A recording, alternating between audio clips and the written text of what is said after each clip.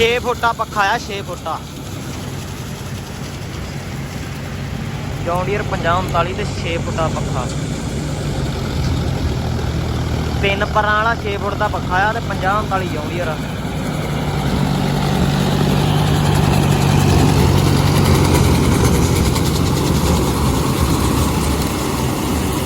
देख लो जी कितने तक अड़ा के मारता हूँ।